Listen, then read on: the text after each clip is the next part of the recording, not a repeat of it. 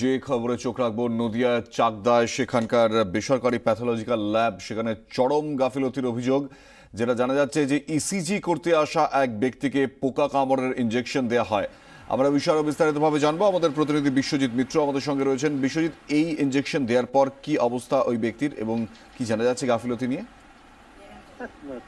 বিদ্যুৎ সরকার নামে চাকদাহের সরিষপুরের এক বাসিন্দা, তিনি গতকালকে হৃদরোগের চিকিৎসা করাতে ডাক্তারের কাছে গেছিলেন। তখন ডাক্তার তাকে পরামর্শ দেন যে ইসিজি করানোর।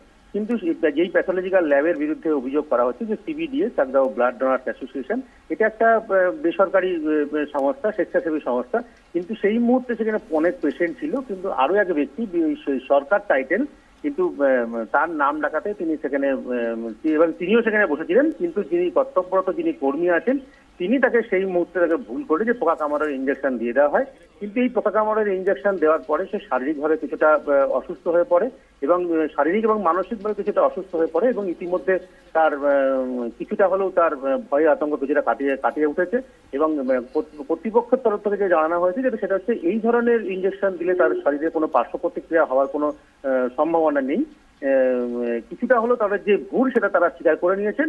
ইতিমধ্যে কিছুটা হলেও সে সুস্থ এবং নদিয়ার চাকদাহ থানাতে এই অভিযোগ করা হয়েছে যে বেসরকারি যে। ধন্যবাদ একেবারে বিশ্বজিৎ মিত্র আমাদের প্রতিনিধি এই মুহূর্তে আমাদের সঙ্গে ছিলেন টেলিফোনে।